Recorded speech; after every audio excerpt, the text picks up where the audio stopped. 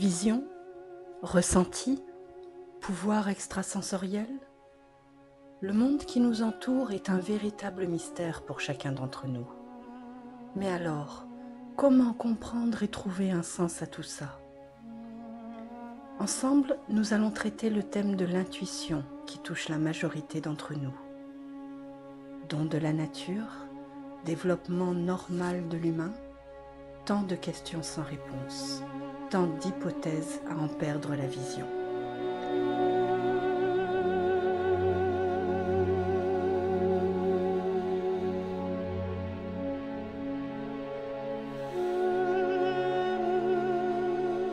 De premier abord, l'intuition a l'air de quelque chose de bien complexe. Mais pourquoi compliquer quelque chose qui est simple et que l'on peut utiliser tout simplement? Se servir de son intuition comme d'une boussole interne. Alors l'intuition, on dit tous que c'est la petite voix qui nous montre quelque chose ou qui nous apprend quelque chose, mais c'est plus qu'une voix. C'est la visualisation, c'est des messages, c'est des visages, ça peut être autre chose qui nous est apporté. Alors on peut dire que ce sont des messages des guides, des anges, peu importe le nom que vous posez dessus. C'est elle qui nous guide lorsque nous hésitons sur la direction à prendre. Elle à qui nous nous fions pour choisir la caisse du supermarché où nous attendrons le moins longtemps, ou la bonne file d'attente au péage de l'autoroute. Elle, c'est l'intuition, on l'appelle aussi le sixième sens. Mais en réalité, on est comme un oignon. On a un corps intérieur qui se trouve être le physique, mais c'est seulement le centre de l'oignon. Autour de lui, il y a des couches supérieures. Ces couches contiennent beaucoup plus. Ce sont nos corps subtils ou énergétiques.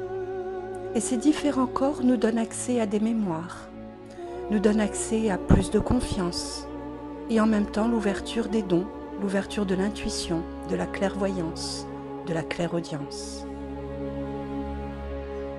Alors de quelle façon ça peut fonctionner? Je suis capable de recevoir les messages et tout passe par mon intuition. C'est-à-dire que, accessible à tous, de façon claire et précise, on est capable d'avoir une voix qui répète et qui répète. C'est une petite voix à l'intérieur de nous qui nous aide à prendre les bonnes décisions. J'ai le sentiment que c'est là où il faut que j'aille. Ça me vient comme ça. Je pense que j'ai de l'intuition, je pense qu'on en a tous plus ou moins après. Laisse-toi guider seulement par ton intuition. Dans les films, elle est souvent l'alliée du héros. Tu vois? Et quand on fait confiance à cette voix qui répète, on a la capacité de pouvoir canaliser. Alors à ce moment-là, on laisse aller la phrase par exemple. Et plus on va laisser aller, plus on va lâcher, se relaxer, faire de la place en nous, et plus cette petite voix se manifeste. Alors au début, c'est quelque chose qui est difficile. Au début, c'est quelque chose qui est non tangible. Alors, avec l'ego, comment lui faire confiance à cette petite voix? Sauf qu'avec du recul, on s'aperçoit que plus on pratique cette petite voix qui nous appartient mais qui est majoritairement inconnue pour nous, plus on la pratique et plus on sera amené à être à la bonne place au bon moment. Quand on fait confiance à l'intuition, on est à sa place. On est à sa place de façon incroyable, ce que l'on appelle la synchronicité. Et comment atteindre cette synchronicité-là? Eh bien seulement en arrêtant de se poser des questions, se dire « Ok, je suis prête à avancer maintenant ». La plupart d'entre nous avons de la difficulté à avancer, et moi-même j'ai vécu ça aussi. Je me posais beaucoup de questions. Et pourquoi on se pose autant de questions? C'est parce que nous n'avons pas confiance. On est dans l'insécurité, nous avons des peurs. Alors comment enlever ces peurs, me direz-vous? À vrai dire, il y a un paquet de monde en haut qui sont en train de travailler pour les enlever. Alors ce ne sont que des aides, car par nous-mêmes, on est capable de le faire aussi. Et cela peut passer par les rencontres que nous faisons, ici même. Il y a 3 types de personnes. Des inconscients, des conscients et des engagés. Alors nous sommes des conscients pour la majorité d'entre nous, c'est-à-dire que le mot évolution commence à nous dire quelque chose, que quelque chose ne nous plaît pas dans notre vie, quelque chose qui ne nous plaît pas dans la société dans laquelle on vit, dans la famille, l'enseignement, les enfants, tout ce que l'on voit autour de nous, ça ne nous plaît pas. L'évolution est là, quelque chose d'autre nous appelle. On est dans une époque d'évolution actuellement, une époque d'éveil, et cet éveil-là doit être accompli. Et si on tait cette petite voix, on reste dans la dualité, dans la survie. Être dans la dualité, ça nous empêche d'avancer. En revanche, être conscient va nous aider à aller plus loin, à travailler sur nous. Ce chemin nous amène automatiquement à être engagés. Des personnes engagées, ce sont des conférenciers, des personnes qui donnent des soins, ce sont des gens qui vont aider les autres à aller plus loin, à avancer au travers de leurs dons et de leur intuition. Alors comment arriver à développer son intuition? L'intuition, ça se travaille. Si vous avez une information intuitive qui vient, il y a une idée qui vous vient. C'est en tout cas ce qu'on apprend ici, à l'école de l'intuition à Paris. Ce matin, chaque stagiaire a reçu une enveloppe fermée avec, cachée à l'intérieur, la photographie d'un lieu. Personne n'a la même. Sans aucun indice, le stagiaire doit se concentrer sur la photo qu'il ne voit pas et noter tout ce qui lui vient à l'esprit. En théorie, son intuition doit pouvoir lui donner des informations sur la photo. Un peu à l'écart du groupe, cette stagiaire est médecin généraliste. Elle a payé 600 € pour un stage de 3 jours. Il y a quelque chose de spirituel, d'une manière ou d'une autre.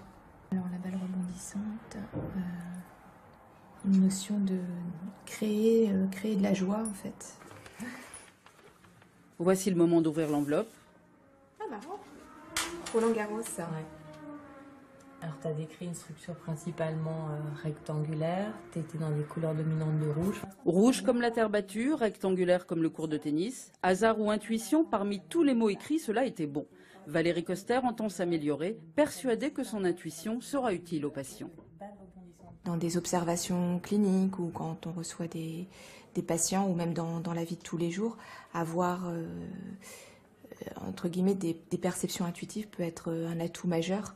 L'intuition peut-elle être utilisée comme un outil pour améliorer nos performances professionnelles? Selon les scientifiques, il faut rester prudent car nous ne sommes qu'au début de l'étude du rôle de l'intuition dans notre développement personnel. Pour ma part, j'ai la chance, ou la malchance, d'être une hypersensitive, c'est-à-dire que mon corps va travailler de mèche avec mon intuition. Oubliez le raisonnement pour laisser de la place à l'intuition, de façon à laisser les synchronicités passer afin qu'elles vous amènent à la bonne place au bon moment. Et du coup, je ne peux plus du tout en douter. C'est devenu une évidence même. Je suis sur le chemin que je dois mener vers mon destin. Et tout comme vous, vous êtes ici pour recevoir un enseignement. Mais l'enseignement ne vient pas seulement de moi, il vient également de vous-même. Les clés sont à l'intérieur de vous. Car le chemin sur lequel vous souhaiteriez avancer, il vient de là. Il vient de votre cœur. Comment changer ce qui ne vous convient plus? Ça vient de là. On a toutes les clés à l'intérieur de nous pour pouvoir avancer. Et de temps en temps, quelqu'un va nous montrer la serrure. Votre cœur est le plus puissant agent d'impact de votre vie. Eckhart Tolle nous dit bien que le but d'une vie ne se trouve pas par la réflexion. L'idée géniale que nous attendons ne nous vient pas par la pensée, mais via un puissant sentiment d'amour. Alors on croit à tort que lorsque l'on se met à suivre son cœur, tout devient fluide et synchrone, que l'on rencontre les bonnes personnes au bon moment. C'est vrai, mais on commence d'abord par expérimenter le contraire. C'est comme une allumette. Pour faire apparaître la flamme, il faut la frotter à quelque chose. Nous avons parfois besoin de rencontrer des résistances pour que surgisse notre flamme la plus vive. Les diamants deviennent des diamants sous la pression. Parfois, nous avons besoin de cette pression pour activer notre potentiel. Les challenges et les blocages que nous traversons nous font grandir et devenir plus forts. On nous apprend à ne fonctionner qu'avec le mental. mais je prends conscience que notre force de vie, notre vivacité est une forme d'intelligence. Suivre notre cœur, c'est suivre cette force de vie. Face à un choix, nous pouvons examiner le pour et le contre, d'un point de vue linéaire et rationnel, et c'est bien de le faire. Mais c'est aussi important de ressentir comment nous nous sentons quand nous allons à droite ou quand nous allons à gauche. Le cœur est le centre de ces sensations. Sa vision est aussi plus large que celle du mental. Sa perspective est beaucoup plus élevée. Le problème, c'est que nous ne lui faisons pas confiance. Notre éducation ne nous a pas enseigné à le faire.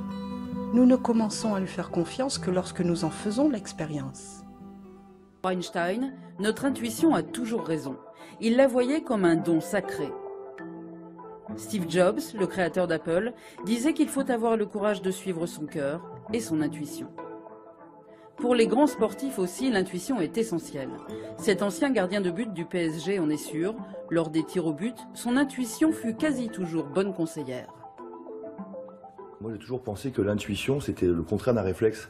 C'est quelque chose qui est finalement réfléchi. Vous savez, le moment où le gars marche vers vous du rond central au point de pénalty, c'est souvent à ce moment-là que vous allez décider ce qui va se passer. Et le pire, c'est de ne pas la suivre. On a tous connu ce moment en tant que gardien où on s'est dit « Putain, mais je savais qu'il fallait partir à gauche et je suis parti à droite. » Et ça, c'est l'intuition pure. Heureusement, souvent le gardien de but a suivi son intuition. La sensation, certains soirs, de se dire je sais tout. Je sais exactement tout ce qui va se passer. Alors face à une décision, nous devons impliquer cette force de vie. Ce que je comprends aussi, c'est qu'il ne s'agit pas d'oublier le mental pour suivre uniquement le cœur. Il faut laisser le cœur être le maître et le mental être son serviteur. Ils travaillent l'un avec l'autre. Et c'est ce que dit la science de nos jours. Elle a prouvé que notre cœur est capable de percevoir des événements avant qu'ils aient lieu.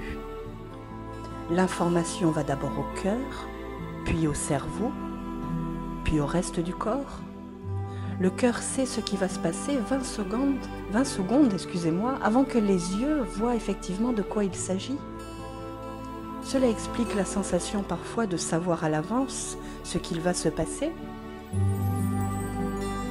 Le cœur a un pouvoir sensitif, un pouvoir intuitif.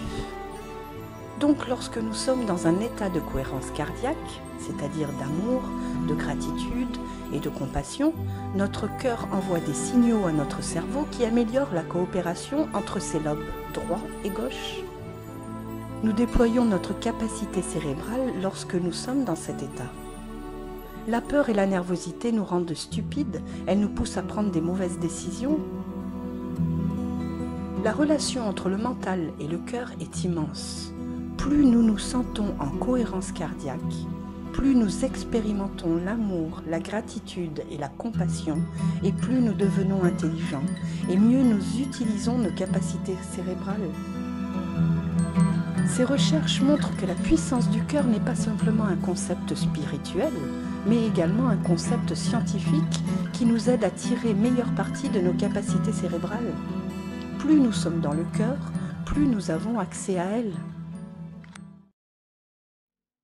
L'Université libre de Bruxelles, l'intuition est un sujet d'étude très sérieux. Dans ce laboratoire de neurosciences, plusieurs tests ont été mis au point pour la décrypter. Une étudiante se prête à l'un des exercices. À chaque point noir sur l'écran correspond une touche sur laquelle elle doit frapper. Une règle complexe détermine l'apparition des points noirs, mais l'étudiante ne le sait pas. Vous réfléchissez ou pas entre chaque touche?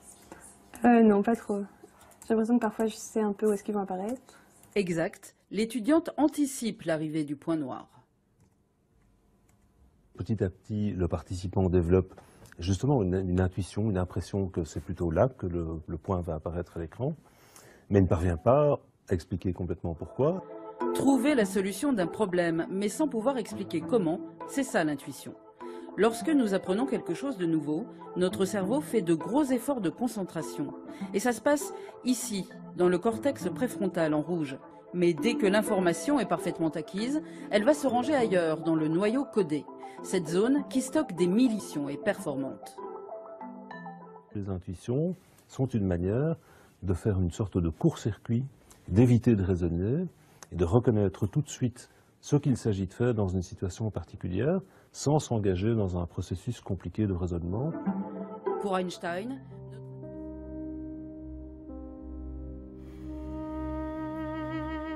nous demander ce qui nous rend vivants est fondamental.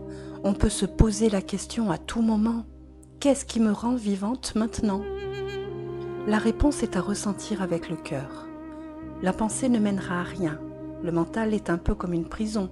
Il est aussi fondamental de nous demander non pas ce que nous voulons de la vie, mais ce que la vie veut de nous, et d'observer les signes. Alors parfois, nous ne voyons pas les signes et les synchronicités parce que nous sommes coupés de notre intuition. Ils s'en présentent en permanence, mais nous ne les repérons que lorsque nous sommes reliés à notre cœur.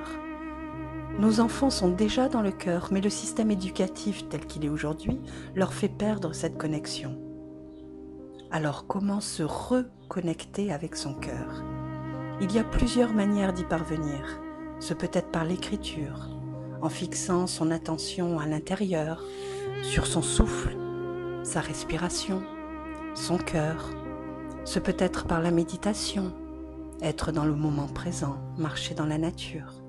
Nous sommes tous différents, nous avons tous des manières différentes de fonctionner. Chacun a sa manière de se connecter avec le cœur. Alors si vous vous laissez aller, vous allez comprendre que la vie est remplie de messages pour vous aider. Et c'est là que l'intuition rentre en jeu, être capable de percevoir, de percer et voir, d'écouter ces messages autour de nous. Alors on peut se demander de qui viennent ces messages, ces signes. Et s'ils venaient de nous, de notre moi supérieur, de notre destin? Quand vous avez choisi de vous incarner ici sur Terre, que vous croyez à la réincarnation ou non, c'est pas grave. J'en parle parce que j'y crois. Alors quand vous avez choisi donc de venir ici sur Terre, vous êtes venu avec un gros CV et avec toute une liste d'épreuves et un gros sac d'outils pour vous aider à les passer, ces épreuves. Alors vous êtes capable d'avancer à travers ce que vous avez besoin. Mais vous êtes aussi capable de prendre une épreuve et de l'étirer, de l'étirer, de l'étirer. Autant que vous pouvez passer une journée sur une épreuve, que vous pouvez y passer des années. Alors là, on peut parler d'événements de notre vie. Il y en a qui vont faire des dépressions, il y en a qui vont passer par des divorces, il y en a qui vont frôler la mort, d'autres passer par des maladies, par des choses difficiles pour arriver, hop, à l'éveil de conscience. Pourquoi tout d'un coup là, il y a un éveil de conscience? Croyez-vous que l'on doit attendre de passer par des événements difficiles pour s'éveiller à autre chose? Pour passer de l'état des inconscients à l'état de conscient? Ne sentez-vous pas cette énergie qui est là, autour de nous, pour essayer de nous amener vers autre chose, une autre conscience? Notre problème, ce boulet qui nous retient, est que nous vivons dans un futur insécurisant et dans un passé fait de rancune, de culpabilité, de comparaison. Mais il est où le présent? Qui prend le temps de vivre au présent? Le moment présent se vit à travers une respiration.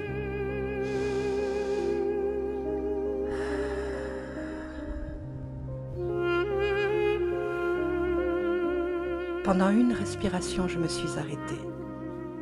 Pendant une respiration, j'ai regardé, j'ai écouté et j'ai ressenti. Donc, pendant une respiration, j'ai vécu le moment présent. Alors il est vrai, c'est difficile de penser tous les jours à « je respire, je respire, je respire ». Oui, mais il faut tout de même commencer par le début. Parce que le moment présent se vit quand on est en état méditatif.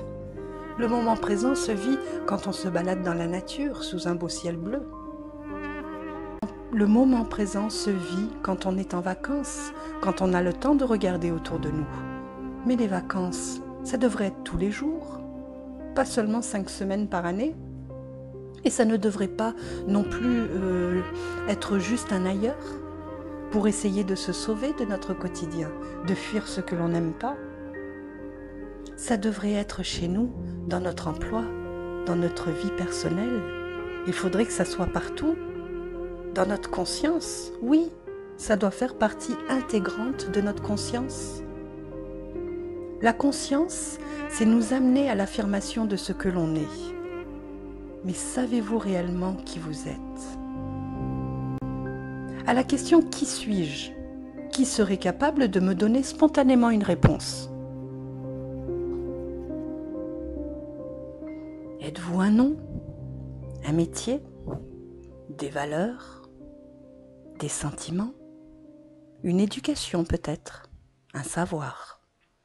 Mais tous ces visages suffisent-ils à me définir? Et oui, le moi que nous croyons être est une conscience de soi qui est une image. Quand je dis « je voudrais savoir ce que vous pensez de moi », le moi dont je parle, c'est l'image que j'ai de moi. Ce n'est pas moi. En fait, on ne sait pas qui on est. On ne sait pas qu'est-ce qui fait quoi en moi. La grande souffrance, c'est qu'on croit qu'on sait. Ah, et bien le voilà notre but, notre chemin de vie. Expérimenter, faire des expériences pour découvrir, pour se souvenir qui nous sommes réellement. Expérimentez pour polir le diamant que vous êtes. Et l'intuition est là pour vous y aider. Et pourquoi ne pas commencer maintenant? Alors on va se poser 5 minutes maintenant. Fermez les yeux et respirez profondément. Inspirez par le nez et expirez par la bouche. Que vous dit votre cœur? Respirez profondément. Ignorez votre mental, juste ce tout petit moment. Laissez passer les « j'ai faim », « j'ai mal les fesses »,« je suis mal assise »,« qu'est-ce que je vais faire à manger ce soir ?» Respirez. Dirigez votre regard sur les sensations, les ressentis qui vous traversent. Que ressentez-vous? Comment se sent votre cœur? Nous pourrions la tester là, notre intuition, sans support. L'un d'entre vous a-t-il un choix à faire actuellement dans sa vie?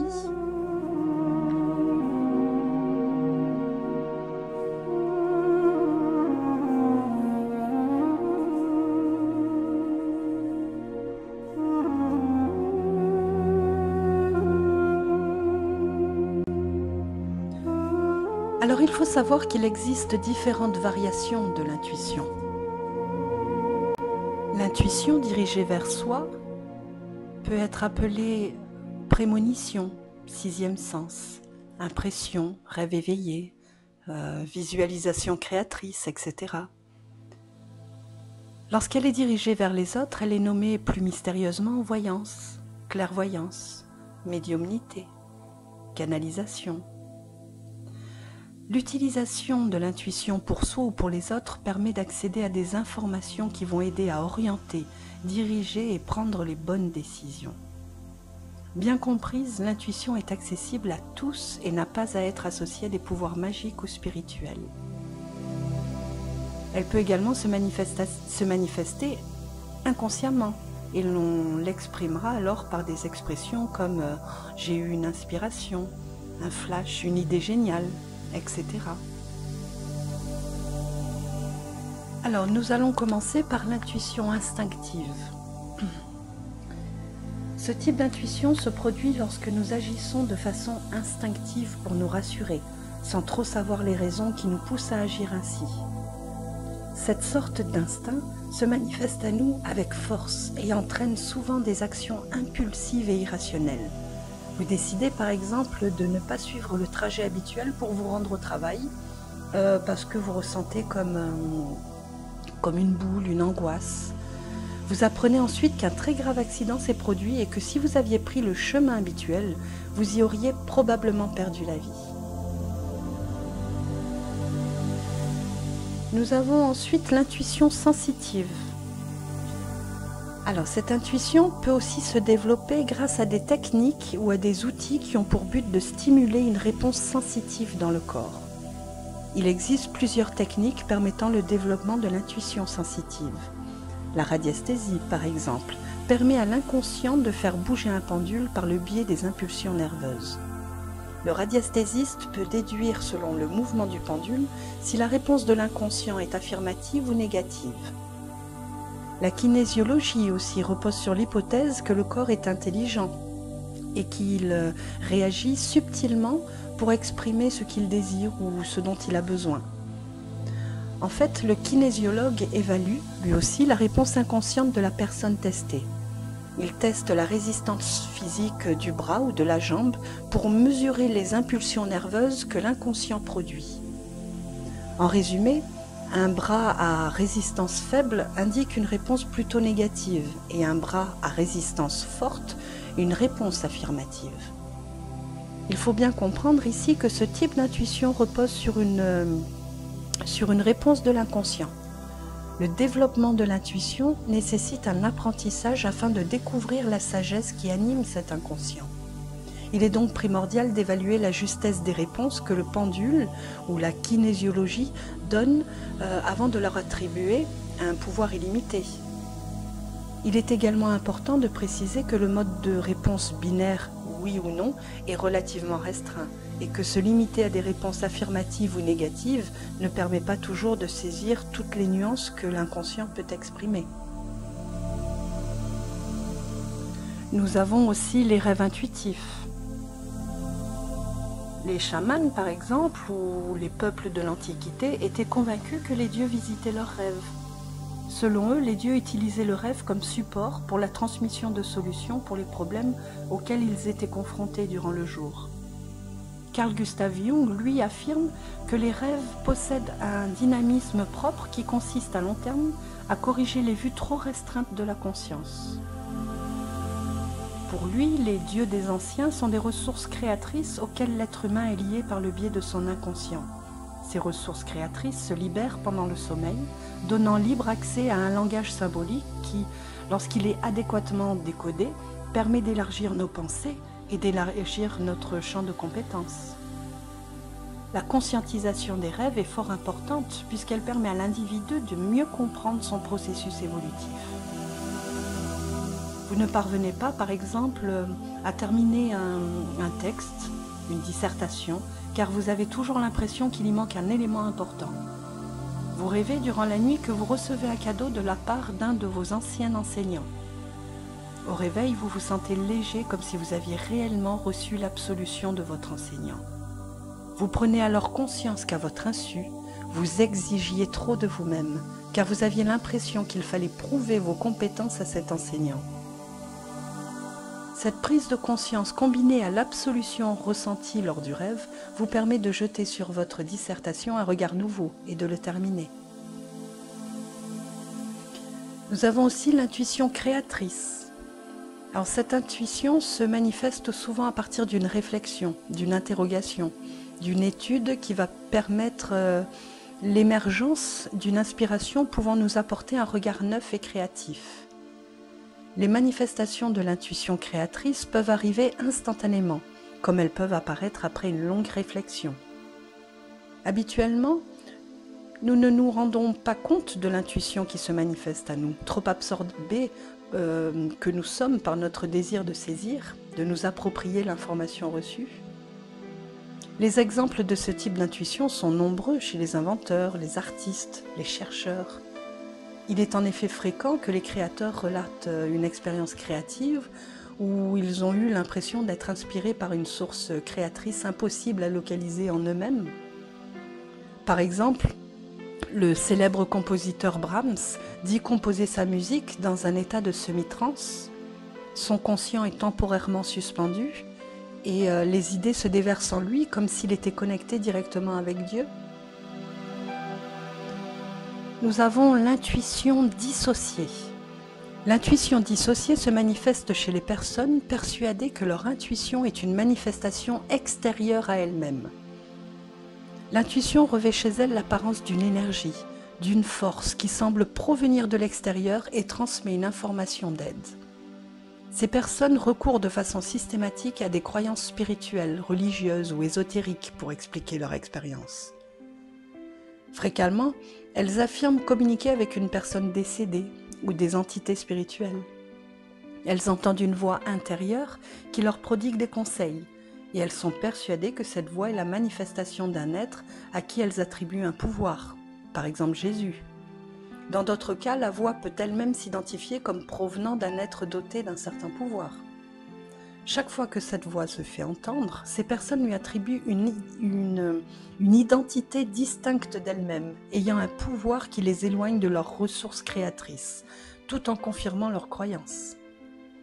Pratiquer l'intuition sans bien comprendre ces mécanismes peut s'avérer dangereux. L'entité que l'intuitif pense contacter peut être en fait l'expression d'un refoulement ou d'une dimension idéalisée de lui-même qu'il est incapable d'intégrer. L'intuitif va donc inconsciemment manifester sous la forme d'une soi-disant entité un comportement refoulé ou idéalisé qu'il ne peut pas exprimer par d'autres moyens. Il développera une seconde personnalité afin que puisse se manifester le potentiel inconscient qui ne peut le faire autrement. Des égarements importants de la personnalité peuvent alors s'ensuivre. Nous avons aussi l'intuition inspirante. L'intuition inspirante se produit lorsque nous nous laissons guider spontanément par un goût, un désir, un flash qui nous inspire sans que nous comprenions pourquoi. Habituellement, cet état s'accompagne d'un grand plaisir, voire d'une extase, puisque nous accueillons une dimension de nous-mêmes qui est habituellement refoulée. Dans un tel cas, l'intuition est en quelque sorte un support permettant d'assumer un désir profondément ancré en nous. Ce type d'intuition est souvent bouleversant car il entraîne des changements profonds dans la vie. Lorsque vous étiez jeune, par exemple, vous ne pouviez exprimer vos talents en dessin car votre entourage critiquait constamment ce que vous dessiniez. Et vous exercez aujourd'hui la profession de secrétaire pour gagner votre vie. Vous vivez sans passion et sans grand intérêt dans votre vie. Vous ressentez un ennui profond car vous avez l'impression que rien ne vous intéresse. Et puis un jour, vous retrouvez des amis d'enfance qui vous rappellent combien vous aimiez dessiner. Vous ressentez malgré vous un profond plaisir d'entendre vos amis vous rappeler votre passion du dessin. Vous vous sentez reconnu et vous ressentez une envie irrésistible de dessiner. Du coup, vous passez tout le week-end à dessiner, ce qui vous fait vivre des moments d'extase. Vous éprouvez également de la colère envers vos parents, comme si vous preniez conscience que vous n'aviez plus à vous soumettre à eux. Vous décidez de retrouver votre passion en vous inscrivant à des cours de perfectionnement en dessin. Et vous apprenez aussi à faire la paix avec vos parents, car vous vous reconnaissez maintenant le droit de faire ce que vous aimez sans besoin d'approbation. Nous avons l'intuition intégrée. Alors l'intuition intégrée se manifeste lorsque la personne est consciente du processus créatif qui l'anime et qu'elle peut y avoir recours à volonté. Elle peut ainsi communiquer avec ses ressources créatrices lorsqu'elle le désire pour obtenir des éclaircissements sur son cheminement de vie ou sur celui d'une autre personne. Ce type d'intuition s'acquiert par l'entraînement et la pratique. Il nécessite une certaine rigueur et une expérience de plusieurs années. Et l'enseignement que je vais vous proposer ici contient toutes les données essentielles pour atteindre cet objectif. Et nous en arrivons donc à l'intuition utilisant une technique divinatoire. L'intuition peut être aussi stimulée par l'utilisation d'une technique divinatoire. Les tarots, l'astrologie et la numérologie sont des outils qui permettent l'émergence de l'intuition. Les notions théoriques que nécessite l'apprentissage de ces techniques divinatoires offrent, à l'insu du pratiquant intuitif, un cadre intellectuel lui permettant de faire intervenir son intuition. L'astrologue, par exemple, intègre des notions théoriques sur la signification des signes astrologiques et des planètes qui permettent d'interpréter la carte du ciel de la personne aidée. Lorsque ces données sont bien intégrées, l'astrologue développe une compréhension de l'expérience de vie de la personne qui dépasse largement les données théoriques apprises. Le piège le plus commun est d'attribuer un pouvoir magique aux arts divinatoires en négligeant le développement de sa propre intuition. Le tarot de Marseille est une des meilleures voies pour appréhender son intuition, l'identifier, la découvrir, la libérer et ensuite la développer. Le tarot de Marseille est un univers de symboles et c'est pour cette raison que du XIIe au XXIe siècle, il est présent. Le tarot passionne, questionne, dérange, mais ne laisse personne indifférent. Pourquoi? Parce qu'il parle à notre psyché et plus en avant à notre âme. Le tarot de Marseille est ainsi nommé parce qu'il fut créé par Nicolas Convert, qui était maître quartier à Marseille dans les années 1760-1761. Les cartes du tarot de Marseille sont, selon la règle de cette profession, tarotées, c'est-à-dire avec un dos formé de compartiments en grisaille. Ces compartiments sont le plus souvent des quadrillages gris et blanc ou gris et bleu. Ce tarotage n'est pas un détail anecdotique, bien au contraire. Car lorsque vous battrez vos cartes, ou lorsque vous les étalerez devant vous face cachée avant d'effectuer un tirage, vous ne serez pas déconcentré par un dessin ou des couleurs trop attractives.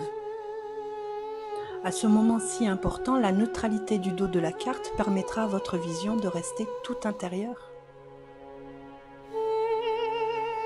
Alors la structure du tarot est restée immuable, 22 arcanes majeures et 56 arcanes mineurs.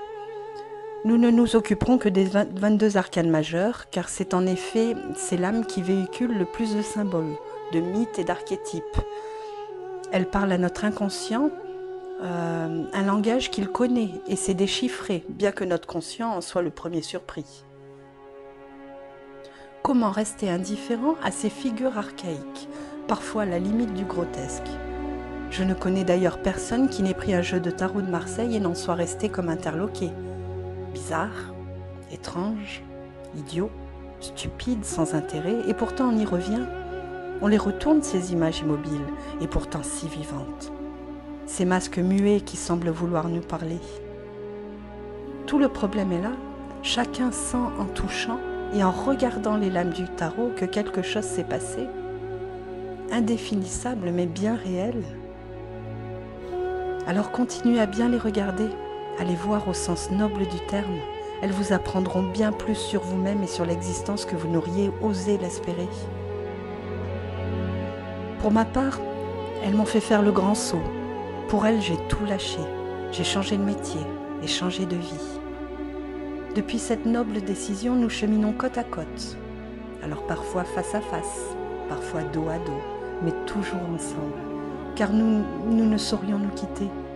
Nous ne sommes nullement dépendants, mais au contraire libres et heureux de continuer un dialogue commencé il y a maintenant plus de 8 ans. Un dialogue qui n'aura pas de fin puisque la vie est un sujet inépuisable. Au cœur du tarot se croisent, mais également se répondent toutes les traditions, Pythagore, la Kabbale juive, la symbolique chrétienne, l'hermétisme, l'alchimie. Tout ce qui monte converge. Aussi le tarot est-il un parfait point de convergence, un lieu et un espace de rencontre unique pour nous. Il nous montre le chemin, à nous ensuite de le prendre et de suivre ses méandres, de gravir ses collines, de franchir ses fleuves et de contempler ses sommets avec respect et émotion. En outre, le symbole est une force unificatrice qui rassemble et permet de dépasser la dualité à laquelle nous sommes constamment soumis. Le tarot vous ouvre à un monde subtil. Aussi ne cherchez jamais de lui des réponses qui seraient la vérité vraie, comme disent les enfants. Partez pour ce grand voyage sans vos valises, sans vos repères habituels, et devenez des chercheurs de vérité qui ne se contentent pas de savoir le petit, mais d'appréhender le grand. Le tarot est un outil symbolique universel. un outil de vie qui peut nous aider dans notre quotidien de façon très pratique et très concrète. C'est également une voie spirituelle en ce sens que le tarot contient en lui un véritable enseignement initiatique. Ces symboles, pour peu que nous les travaillions, nous obligent à évoluer, nous transformant profondément de l'intérieur peu à peu, au fil de notre recherche. Alors en termes symboliques, la carte du tarot se nommera l'âme ou arcane. Alors pourquoi employer ce terme de l'âme ? Notre carte n'est pas en effet une simple carte à jouer, mais une figure chargée de symboles et de sens qui nous renvoie toujours à une conception supérieure. Le symbolisme de cette lame va peu à peu vous pénétrer, le plus souvent à votre insu, d'où son analogie avec le côté tranchant et aiguisé de l'épée, qui fait partie d'ailleurs des arcanes mineurs. Elle interpellera votre inconscient, éveillera en lui certaines résonances qui permettront l'interprétation. En outre, il existe une correspondance évidente entre les mots lame et âme. Le message symbolique de la lame ne s'adresserait-il pas à notre âme ? L'arcane invite à une méditation. C'est un exercice spirituel en soi qui rejaillira une fois la leçon bien intégrée dans notre vie de tous les jours, très concrètement. Notre esprit, notre âme, notre subconscient sont en permanence en communication avec nous grâce à notre voix intérieure. Ils utilisent comme moyen de communication ou comme support la couleur, le son, la musique, les nuages, les arbres, les fleurs, les paroles prononcées par autrui, les dessins ou le gazouillis des oiseaux. Notre moi supérieur nous aide à avancer dans notre vie afin que nous puissions profiter de chaque instant et vivre le meilleur de nous-mêmes et de qui nous sommes. Le tarot de Marseille est un outil extraordinaire pour favoriser la croissance personnelle. Son imagerie, à la fois simple et riche, nous permet d'entrer dans notre monde intérieur et de faire remonter à notre conscience nos propres messages. Le tarot va nous permettre de trouver quels sont nos blocages et les attitudes que nous devons développer ou améliorer pour atteindre l'objectif principal de notre vie, celui d'être heureux et de développer notre plein potentiel, telle est la volonté de notre être intérieur.